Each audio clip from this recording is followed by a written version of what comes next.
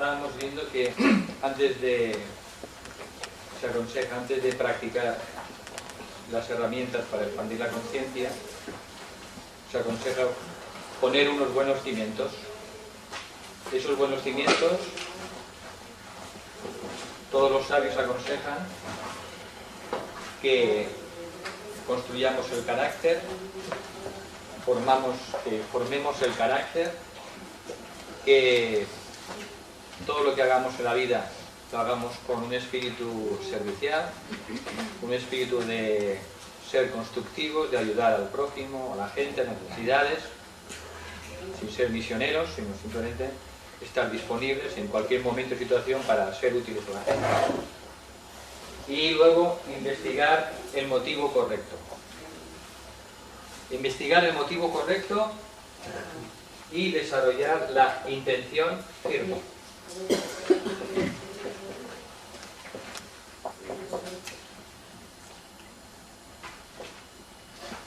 Bien, en muchos grupos de la nueva era no se habla, generalmente no se habla mucho de la investigación de nuestros motivos,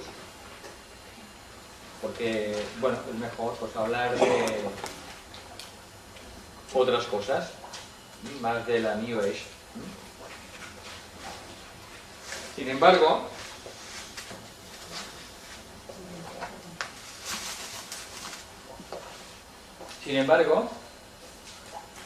detrás de todo lo que hacemos en la vida, siempre hay un motivo, una intención.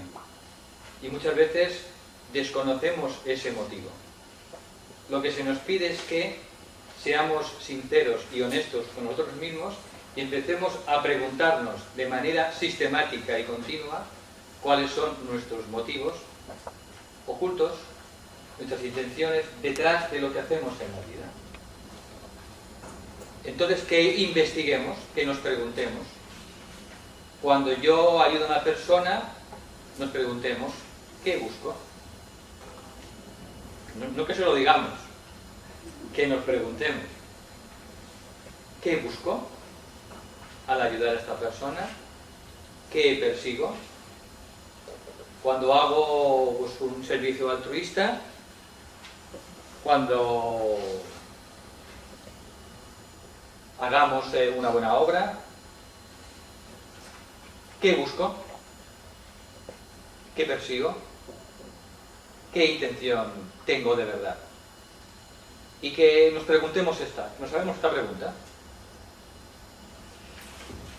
Cuando empecemos a hacernos esta pregunta de manera continua en la vida cotidiana, empezaremos a encontrar, nos sorprenderemos, porque empezaremos a ver que detrás de muchas de nuestros actos, detrás de nuestras palabras o de nuestro servicio a veces, no tenemos motivos puros, altruistas. Tenemos motivos personales, egoístas, perseguimos algo. Bueno, somos humanos, ¿no? Pero un buscador de la verdad tiene que ser sincero consigo mismo y no puede engañarse. Entonces, lo primero es analizar e investigar cuáles son nuestros motivos ocultos detrás de todas nuestras acciones. Con lo cual, empezaremos a descubrir que detrás de muchas acciones nuestras, detrás de muchas buenas obras, detrás de algún buen servicio, detrás de alguna actividad grupal, detrás de muchas cosas buenas, hay una mezcla entre motivos egoístas de la personalidad y motivos puros del alma. Ese será el primer descubrimiento. Motivos del ego mezclados con motivos del alma.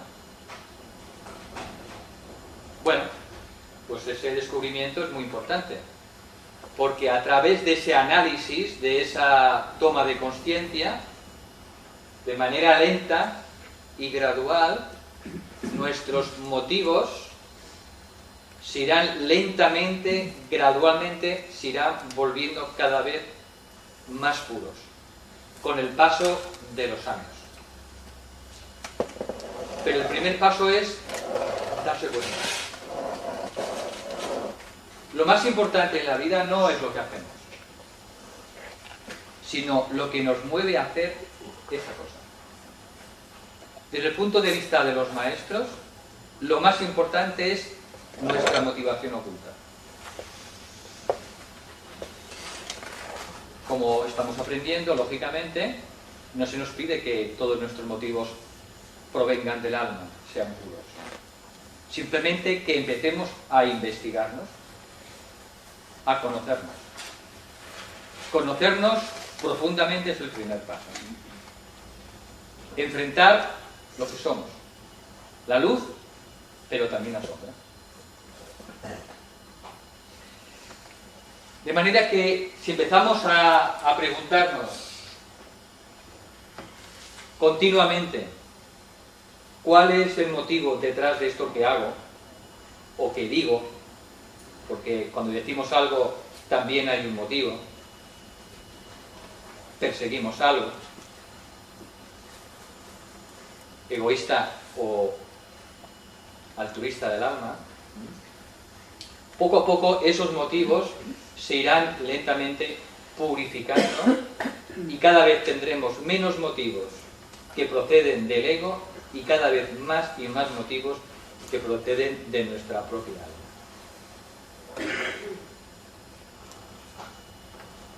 Por tanto, todos los maestros ponen muchísimo énfasis en los motivos. El maestro tibetano, en muchísimas partes de todos sus libros, ¿verdad, Sara?, hace un hincapié tremendo en la investigación de los motivos. ¿Por qué? Porque es que es lo más importante. Porque actuamos a veces, muchas veces actuamos en la vida y no nos damos cuenta, no somos conscientes de lo que nos está motivando a hacer esa acción o a hablar de esa manera. Y eso hay que limpiarlo, eso hay que transmutarlo, eso hay que purificarlo, eso hay que elevarlo. Y la única manera es tomar conciencia. Y para eso hay que preguntarse.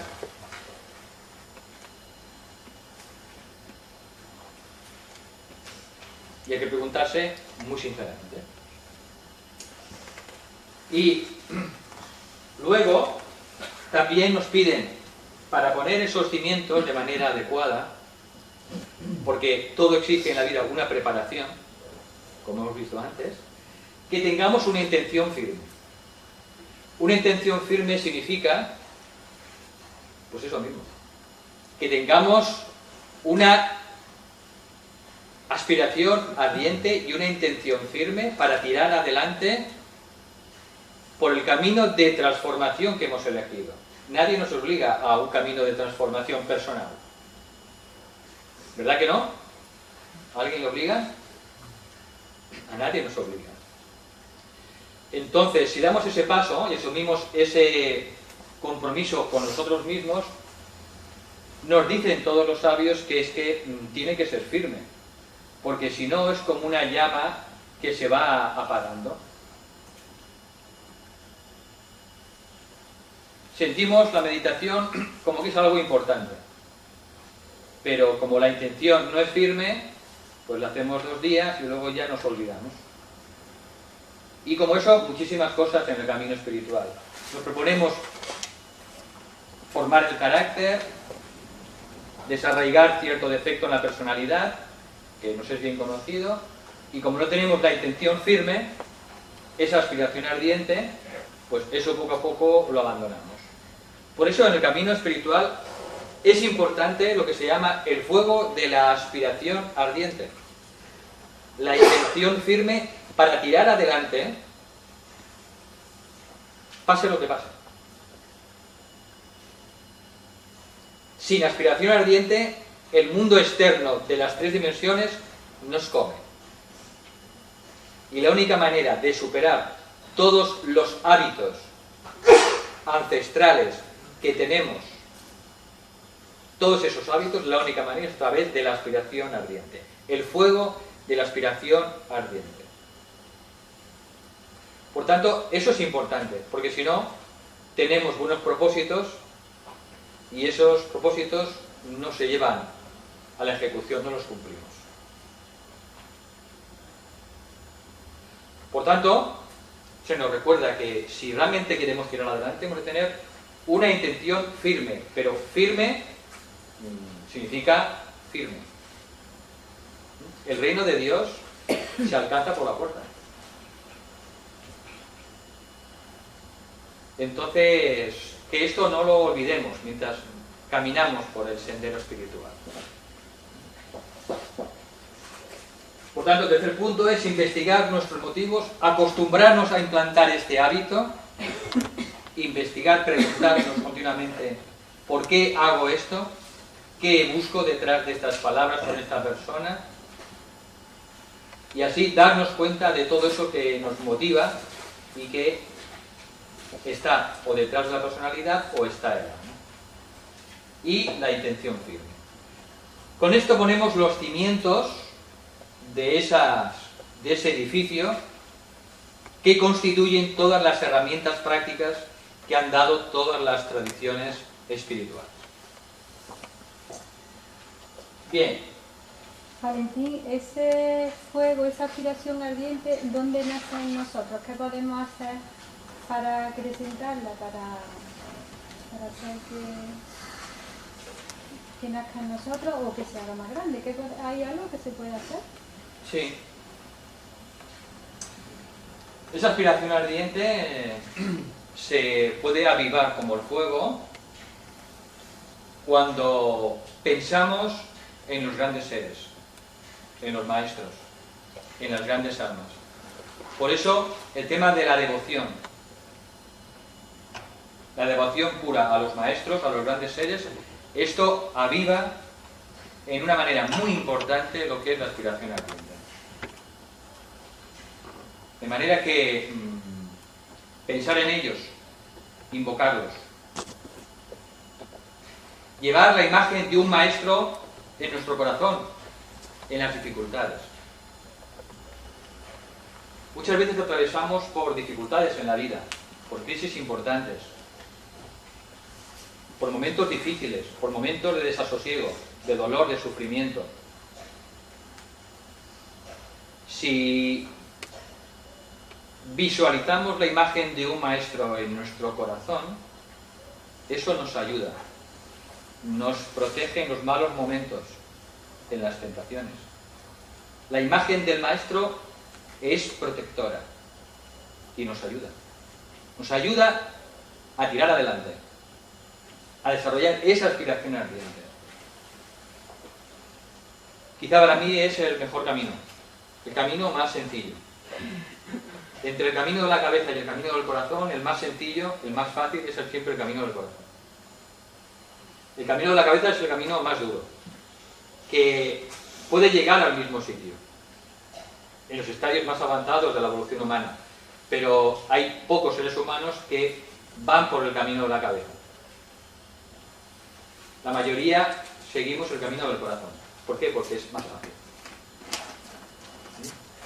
Por tanto, esa es una manera de estimular la devoción, pensar en los grandes seres, llevar siempre al maestro en nuestro corazón. Todo eso nos ayuda. Incluso ver la foto de un maestro cada día. Verlo a los ojos.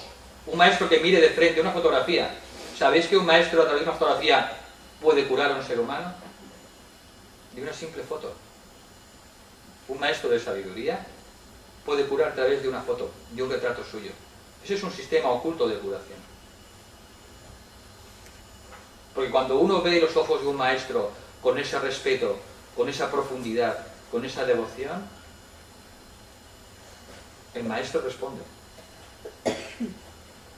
Te ayuda. De manera que cada uno tiene que encontrar su propio sistema. Otra compañera bailará con una música que le emocione y que le eleve y que le haga acordarse de Dios. Todo es válido. Cada uno tiene que encontrar su camino. Cada uno tiene su propia manera. No existe solo una manera. Existen millones de maneras. Y cada uno tiene su manera. Y tienes que encontrarla.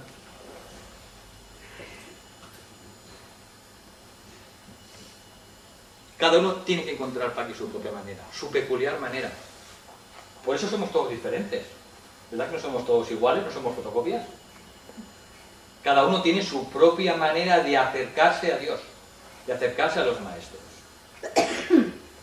y de desarrollar su aspiración ardiente. Y uno cuando busca la manera, se le da. Se le da. Cuando uno pide, se le da. Cuando uno invoca, recibe respuesta a la evocación. Esto es lo que llama el tibetano la ciencia de la invocación y la evocación. Si yo pido, invoco, hay respuesta. Pero si no invoco, no hay respuesta. De manera que en el camino espiritual tiene que haber mucho fuego ardiente. ¿Por qué?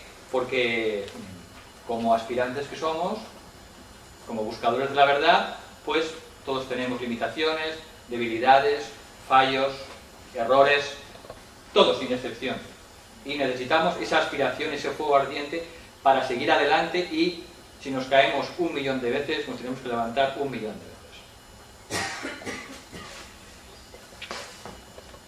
Bien, una vez que hemos visto los cimientos o la base para empezar a desarrollar esas herramientas para elevar la conciencia, podemos empezar a aplicar de manera sistemática algunas de ellas. La primera, la más recomendable, para empezar, acostumbrarse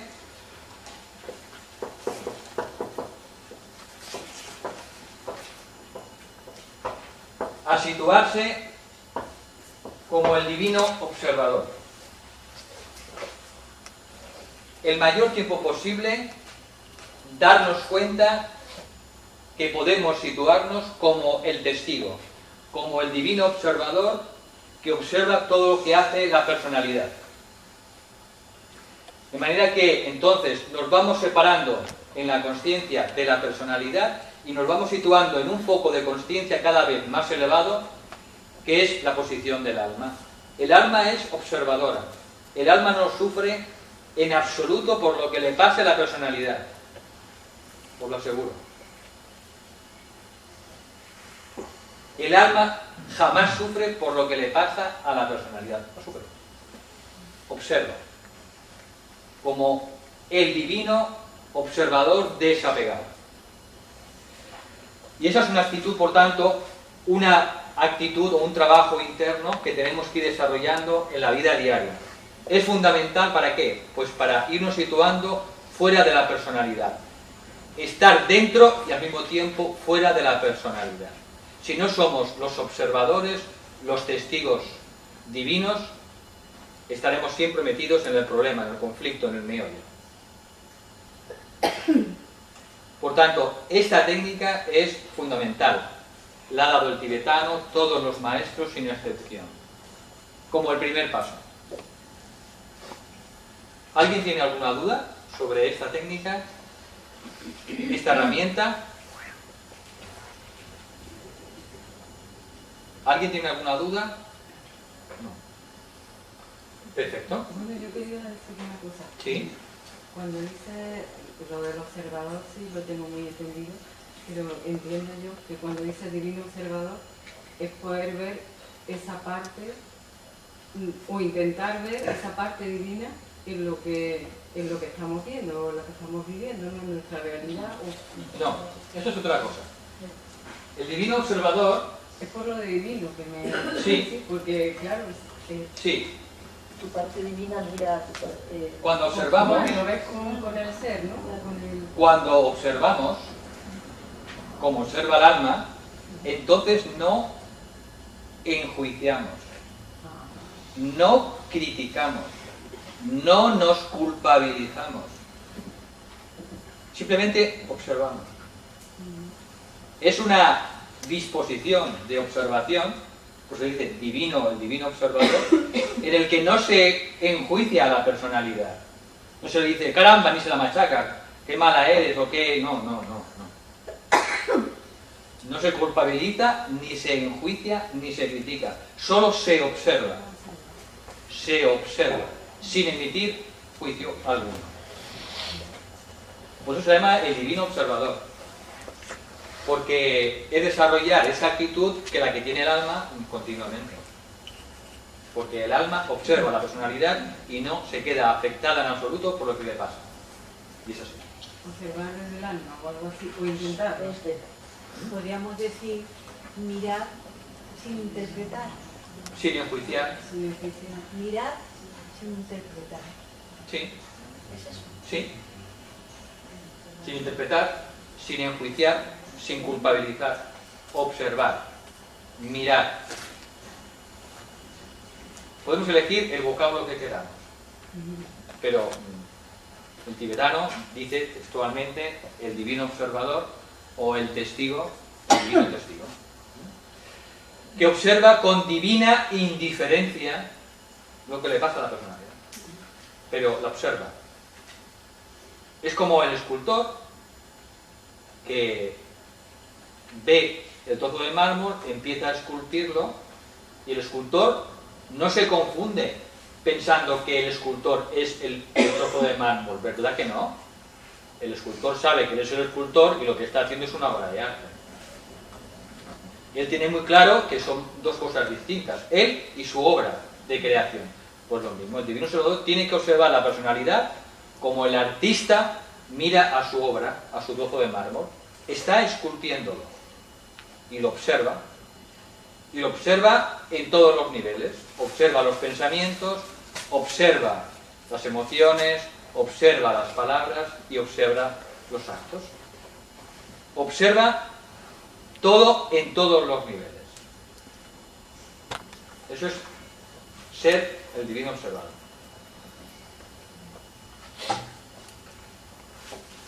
Luego, otra herramienta importantísima que podemos utilizar para llevar en la práctica y que irá produciendo esa elevación gradual de la consciencia, que es la meditación.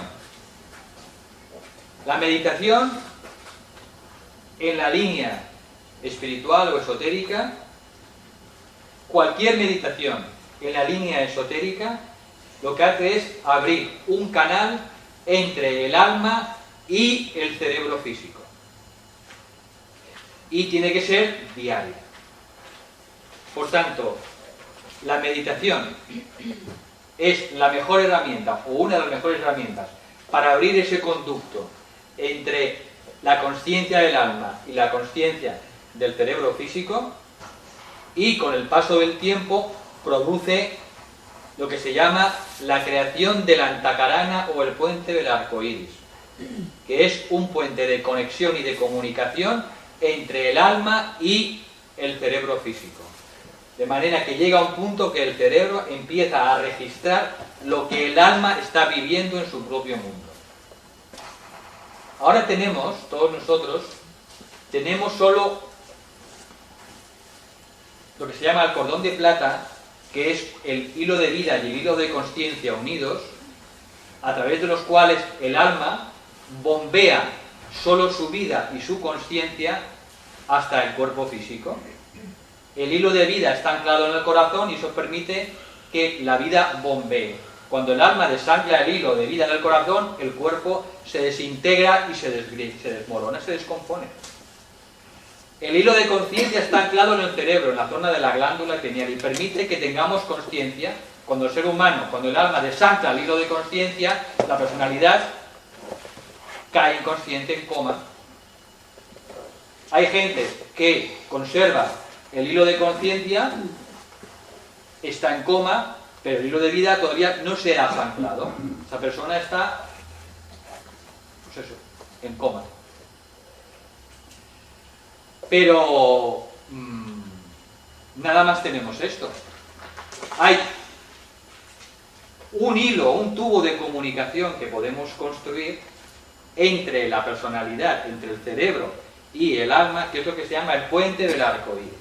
Este puente del arco iris es un hilo de comunicación telefónico, en el que cuando se construye,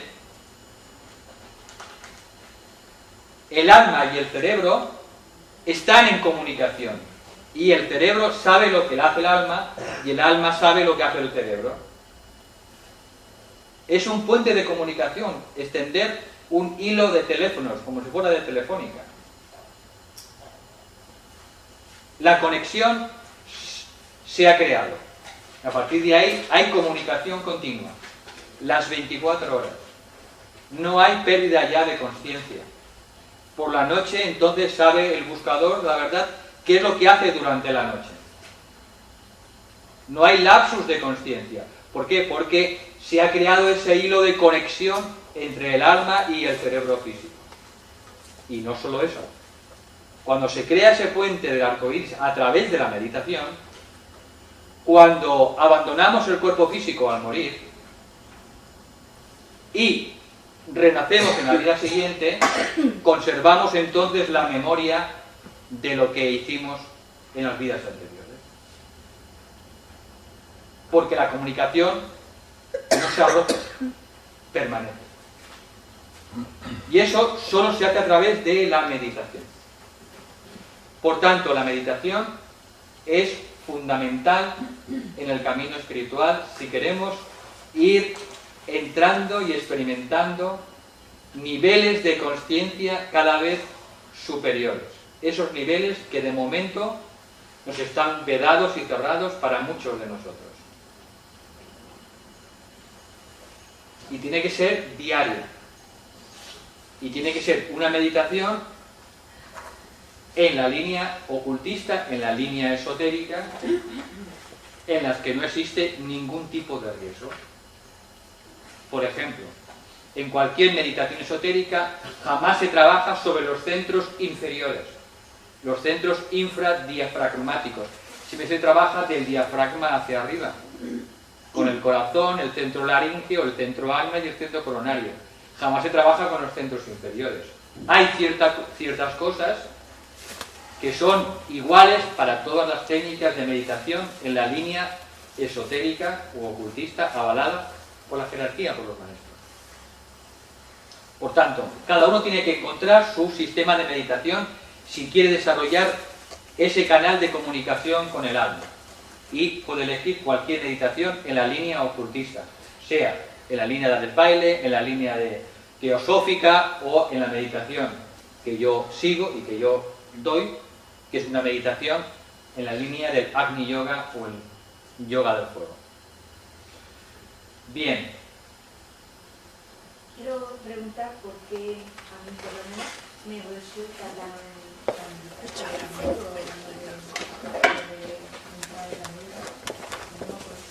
En cualquier meditación. Sí. ¿Me pasa a todo el mundo o a la gente? ¿Me encuentro sumamente difícil? Difícil. Bueno, cada uno es cada uno. Cada una es cada una. Y todos tenemos que enfrentarnos sobre todo a nuestra mente inferior. Normalmente esos problemas vienen por un excesivo funcionamiento de la mente inferior. Nos ponemos a meditar y a los 2 minutos te viene el pensamiento de qué harás luego, la comida que luego tienes que hacer después de meditar, o que vas a tener que ir a trabajar después de meditar, o que tu jefe el día anterior dejó un tema pendiente, o que le vas a tener que pegar la bronca a un subordinado. La mente es así, la mente nos come. Entonces, la única solución para es, pues, perseverar. Perseverar y utilizar el atajo más sencillo para que la mente se pare. Ya hemos explicado en unos seminarios, pues, la historia del discípulo espiritual que le pidió a Dios una mente muy poderosa y le dio un gigante. ¿Os acordáis, verdad? Pues, ¿tú estabas? No. Bueno, yo recomiendo el tema de la meditación, para quien tenga interés. Hay un CD en el que hablamos sobre la meditación y el estudio. Lo dedicamos un seminario entero. Y ahí tienes todos los detalles sobre la meditación, el papel que juega la mente, la historia del gigante y muchas más historias, ¿sabes? La clave está en la práctica. En la práctica y sobre todo en el atajo más sencillo, que es observar la respiración. Cuando uno observa la respiración de manera sencilla, se va deslizando de la cabeza al corazón. Y llega un punto que uno, a través de observar la respiración, dejan de venir pensamientos y uno se instala en el corazón. En la sede de la paz, del silencio, del no pensamiento. Y ahí entonces ya no hay meditación, no hay esfuerzo. Eres, estás y eres feliz. Entonces, lo más sencillo es observar la respiración. Es la meditación más antigua y mejor, más directa. Los grandes sabios de las grutas de los Himalayas es la que hacían miles de años. Observar simplemente la respiración. Pues puedes empezar por ahí. Puedes empezar pues por algo sencillo, algo cómodo, y poco a poco la mente, en vez de ir en la quinta, irá en la cuarta, y luego irá en la tercera, y luego irá en la segunda, y luego irá en la primera, y finalmente se quedará parada. Y cuando se quede parada y tengas una experiencia más allá de la mente, entonces dirás, esto es lo mío. Esto es lo mío. Y ya está. Entonces encontrarás el verdadero gusto por la meditación, cuando tengas tu primera experiencia. ¿Cuánto rato se debe practicar la meditación diaria? Según la meditación.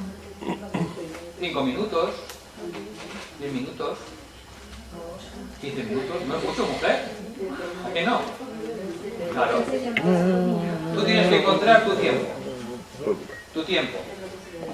Es una meditación para no pensar nada, no pensar que realmente tengo que... No, es que meditar no es pensar. Meditar no es pensar. También te recomiendo los mismos CDs. Lo puedes escuchar. Meditar es no, es todo lo contrario. Te lleva a no pensar. ¿De acuerdo? Y cuando la mente se para, entonces empezamos, nuestra conciencia empieza a experimentar otras cosas. ¿De acuerdo? El silencio es el comienzo de algo.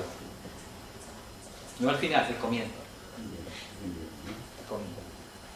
Por tanto, la meditación es una herramienta demostrada en todas las tradiciones iniciáticas, fundamental para ir logrando un estado de conciencia, lograr experiencias internas de aquello que somos y que está más allá de la mente inferior.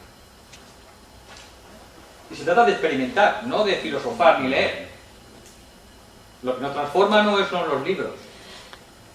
Si yo me leo un mapa, me leo un libro de rutas de viaje, no me sirve. Yo tengo que hacer el viaje. Tengo que ir a India. Si quiero ir a India, no tengo que leerme el libro, tengo que viajar.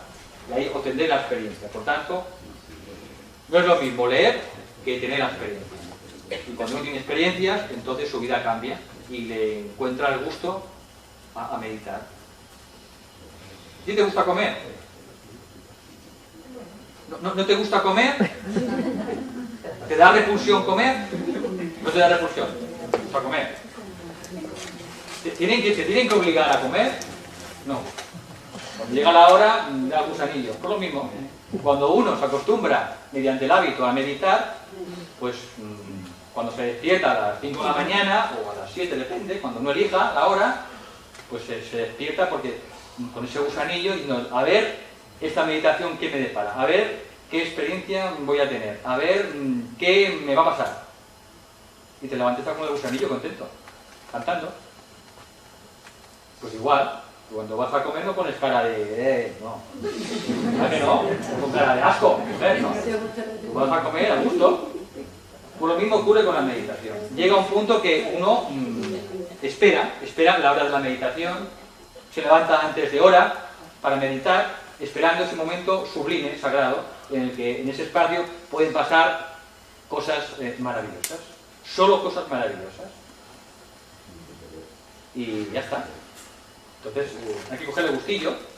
De verdad no pasa nada.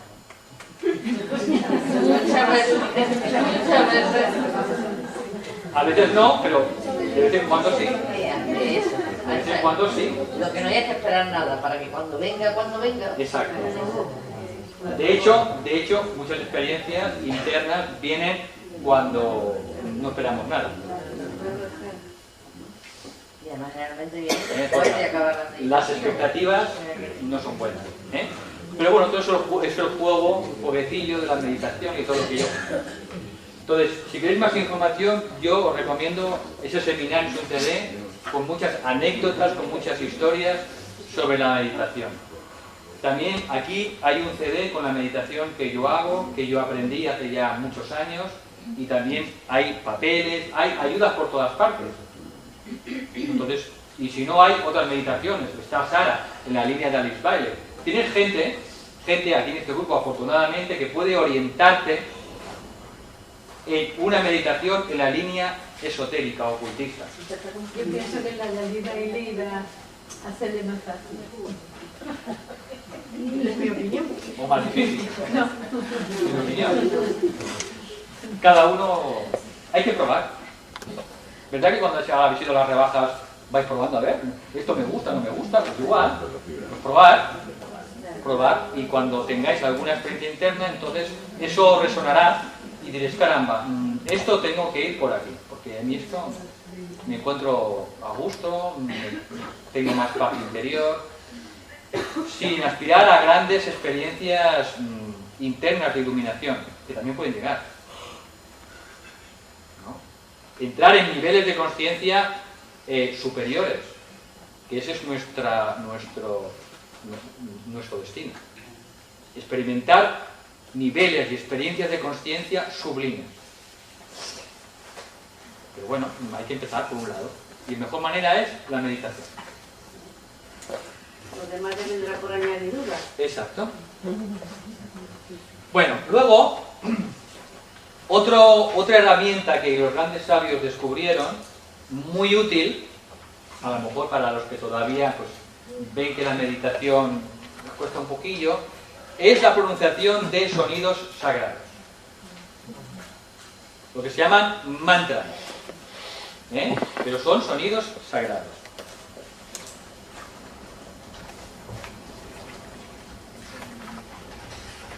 Bien.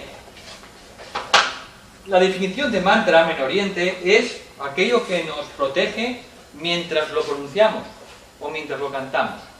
Esa es la definición de mantra. El mantra, o el sonido sagrado, produce tres cosas. Cuando se pronuncia un sonido sagrado que ha sido dado a la humanidad por grandes iniciados o grandes maestros y que son sonidos constructivos, sonidos que ayudan a la evolución de la conciencia humana. ¿De acuerdo?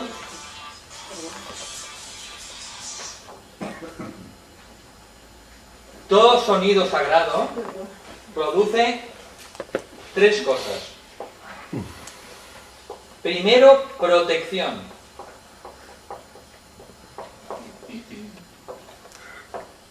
Luego produce guía o dirección.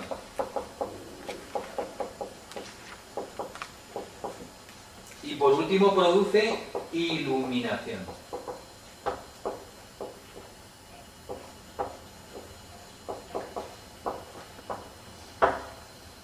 Los grandes sabios de la antigüedad, y actuales, por supuesto, los grandes maestros iniciados, ellos son capaces de, y fueron capaces de ver los sonidos y escuchar los colores. Veían los sonidos y escuchaban los colores. Es una facultad humana. ¿Cuál has dicho que son los? ¿Quién hacía eso? No, los grandes sabios, los grandes videntes de la humanidad, los grandes rishis, los grandes maestros, los grandes santos, da igual. No utilizo la palabra santos porque a veces aquí nos da repelús. Santos no... Bueno, también son... Los grandes sabios son también grandes santos, por su santidad. Pero Aquí en Occidente tenemos un poco ese repelús porque nos asociamos a cosas raras, pero en Oriente no les da yuyu, es decir, santos. Santos significa que han desarrollado la santidad y la sabiduría, y para ellos son santos y sabios. Entonces, ellos veían los sonidos y escuchaban los colores, que es una facultad humana. Cuando el ser humano se acerca a la perfección humana.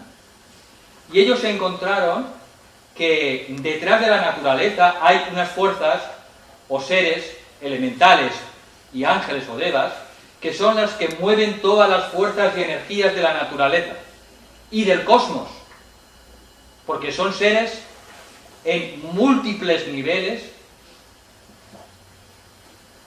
que gobiernan lo que es la creación, todas las formas de la creación. Es lo que se llama la jerarquía dévica o angélica, que es paralela a la jerarquía humana. Los devas, ángeles o elementales, es una jerarquía de evolución paralela a la humana.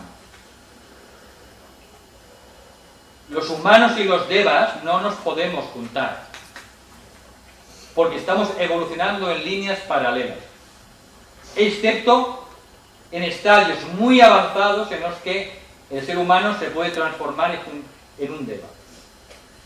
¿De acuerdo? De manera que los grandes sabios vieron que en el cosmos todos esos seres que gobiernan las energías y las fuerzas de los elementos, de la naturaleza y de la creación de cualquier forma viviente, de cualquier cuerpo, de cualquier planta, de cualquier animal, de cualquier planeta, de cualquier galaxia, eran los seres débicos o angélicos, con sus cohortes de seres creadores, llamados también elementales. Y esos elementales, o devas también, que gobiernan todas las fuerzas de la naturaleza, pueden ser invocados mediante ciertos sonidos. ¿Verdad que yo si llamo a Manel, digo, llamo a un número, Manel, y Manel me sale el teléfono, oye, pues, ¿qué tal? ¿Cómo está Valentín? ¿Por qué? Porque si es un número, bueno, todavía no lo sé, no, todavía no me lo has dado, ¿no? No tienes que dar, no tienes que dar. Marco su número y digo, Manel, y el Manuel, no, Manel es catalán. Sí, sí. Ahora, ¿cómo está el tema?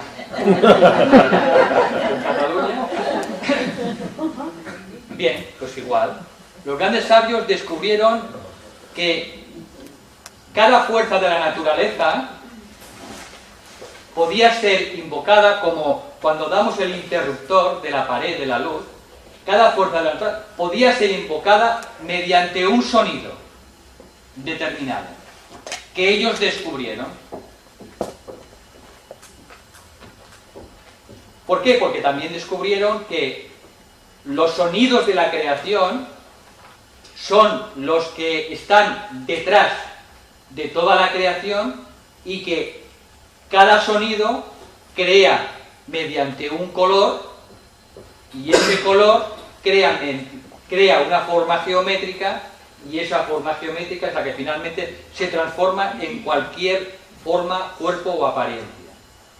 De manera que la secuencia en el universo, en la creación, es sonido, color, geometría y forma. Lo más oculto, lo más espiritual, lo más profundo es el sonido. Acordaros del Nuevo Testamento, del Antiguo Testamento. Al principio era el Verbo, y el Verbo era Dios. Eso aquí en Occidente lo hemos perdido. Es una sabiduría que se ha perdido.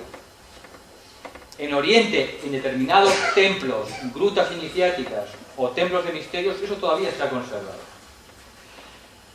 Ellos, esos grandes sabios, fueron encontrando qué sonidos correspondían a cada fuerza de la naturaleza. Y después de esas investigaciones y comparaciones entre sus estudios durante cientos y cientos de años, todos esos videntes, pues lo dieron a conocer en un lenguaje sagrado que se llama el sánscrito.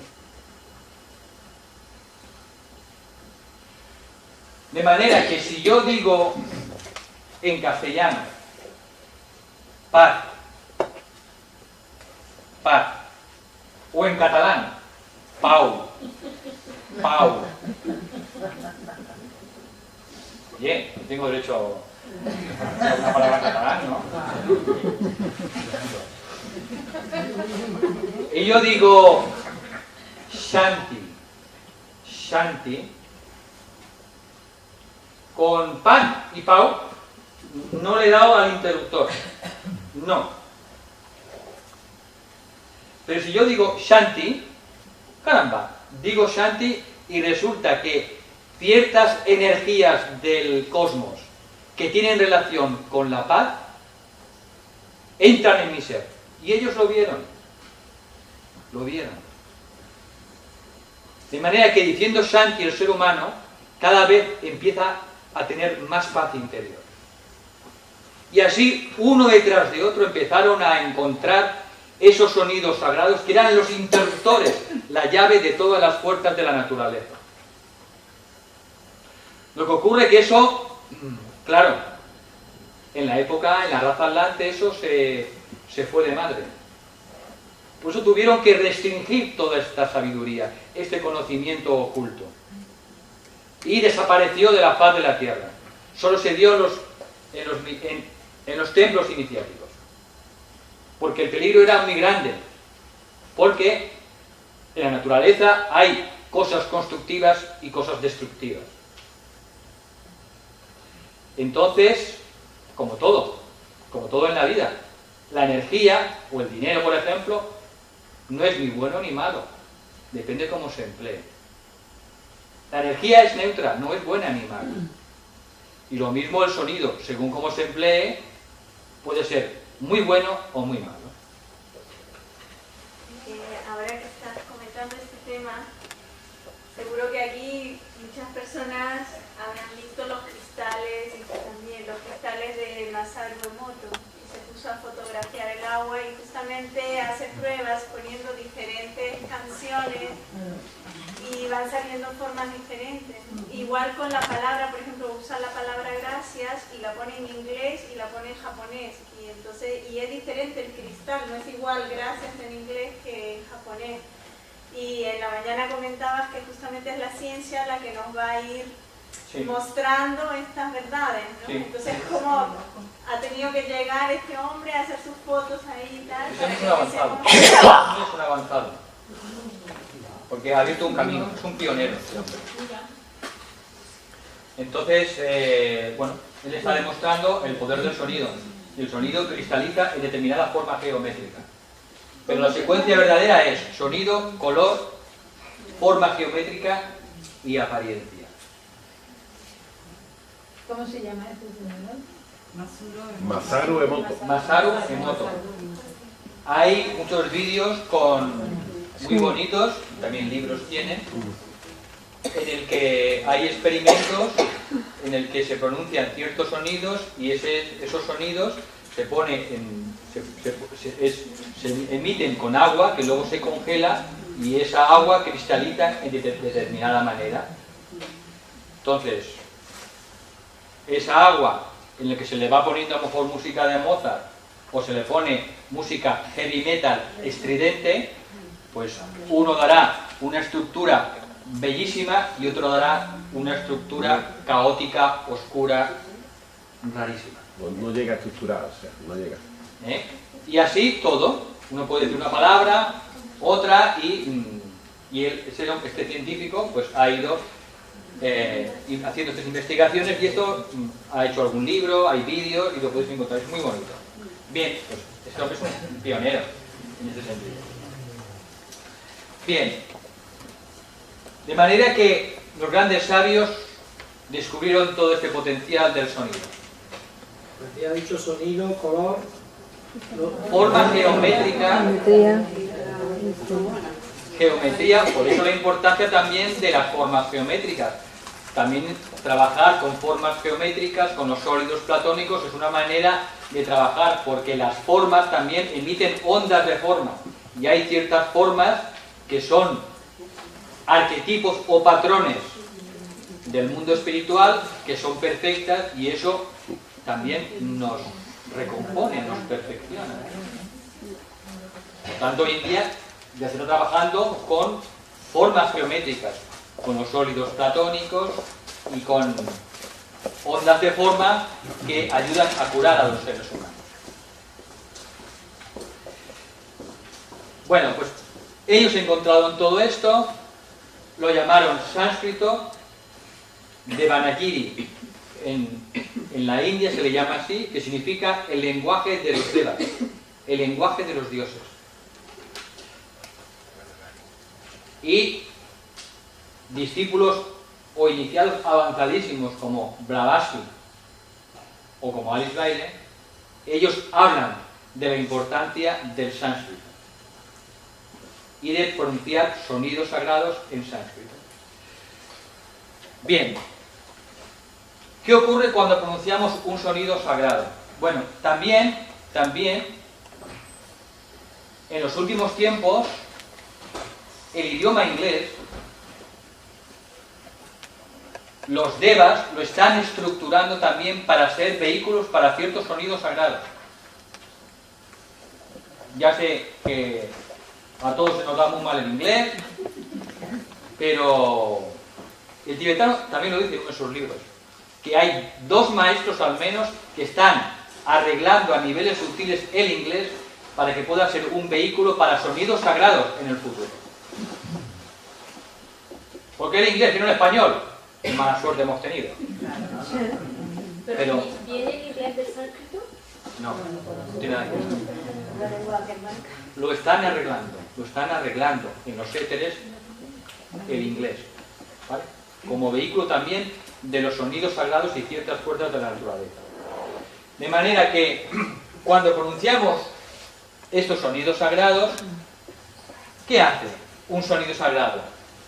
Cuando se pronuncia un sonido sagrado, produce a niveles sutiles, a niveles invisibles, como un embudo. Se produce como una espiral alrededor del cuerpo, en el que las energías superiores descienden y también energías inferiores de la Tierra ascienden. Se produce un movimiento en espiral que nos protege como un escudo protector, nos da guía o dirección en la vida, una dirección para seguir el camino espiritual, nos orienta y al mismo tiempo nos va produciendo una gradual iluminación, porque va cambiando gradualmente la composición de nuestro cuerpo mental y nuestro cuerpo emocional, etérico y físico. Lo va transmutando, lo va iluminando, va transformando sus moléculas, las va redimiendo. De manera que los 3 efectos que produce todo sonido sagrado son protección, nos protege en la vida de energías negativas, energías densas, energías materiales, da guía o dirección para que sigamos por el camino espiritual con aspiración ardiente, con firmeza, y por último nos produce una gradual iluminación. Yo recomiendo 2 libros de la editorial danista. Hay uno que está agotado físicamente, pero lo podéis bajar gratuitamente en PDF, que se llama El sonido y la clave y su aplicación. Y una vez que hayáis leído el libro del sonido, en la tienda online os lo podéis descargar porque ahora está en proceso de reedición, un libro pequeño. Hay otro libro posteriormente que podéis leer que se llama Mantras, su trascendencia y práctica. Mantras, su trascendencia y práctica. Y va acompañado de 2 CDs que también está a vuestra disposición gratuitamente en la tienda online. Sí, quien quiera físicamente, y si no, se puede descargar el libro y la música. La música, los mantras. Para terminar, dos cosas importantísimas. Cuando se pronuncia un sonido sagrado, un mantra, es tan importante escucharlo como pronunciarlo. El sonido tiene dos aspectos, el sonido positivo y el sonido negativo, que se llama. O sonido masculino y sonido femenino.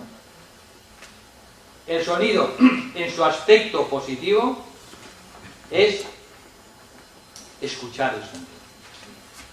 Y en su aspecto negativo es pronunciar el sonido. Astrológicamente, escuchar el sonido que pronunciamos es Júpiter y pronunciar el sonido es Mercurio. Esa es la doble vertiente del sonido. Escuchar y pronunciar. Pero es más importante, si cabe, escuchar, que es lo que llama tibetano, la ciencia de la impresión. La ciencia de la impresión es la ciencia de quedar impregnado por los sonidos sagrados, por las energías del espíritu.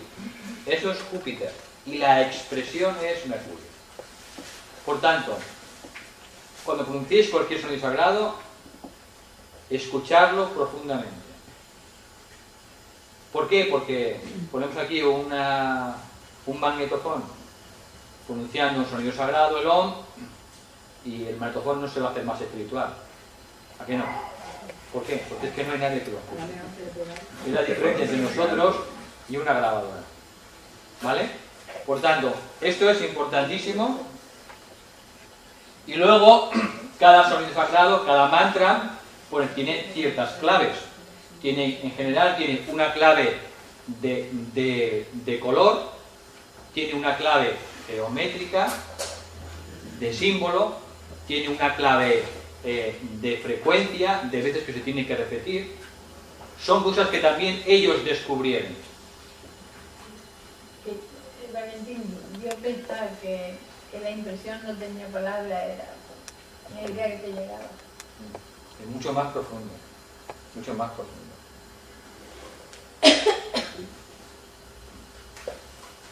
Tiene que ver con Júpiter en astrología. Júpiter es el señor de la impresión.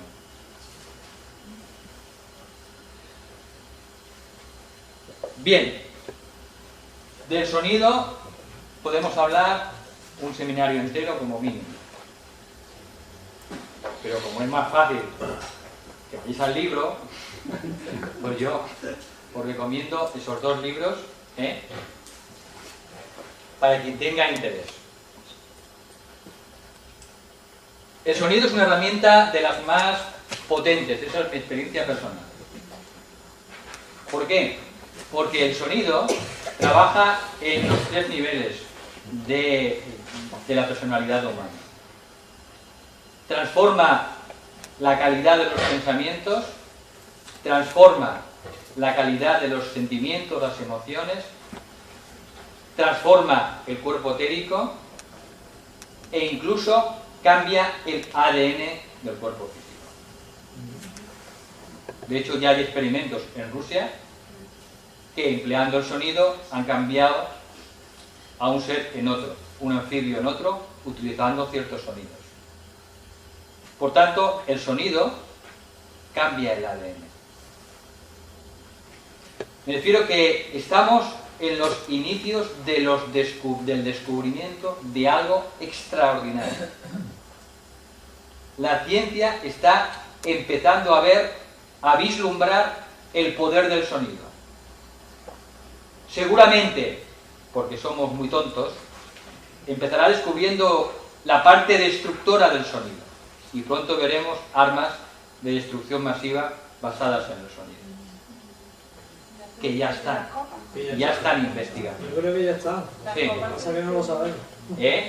Pero con el paso del tiempo, a medida que la ciencia tenga más conciencia,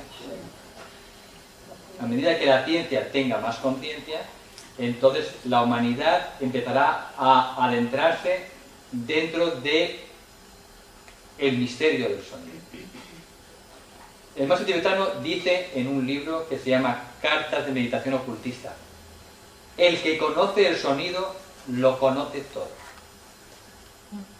Fijaros lo importante que es el sonido. Pero aquí en Occidente es que estamos en pañales. Estamos en pañales. Bueno, estamos despertando y tenemos que ir recuperando ciertas cosas que, bueno, nos están llegando de Oriente.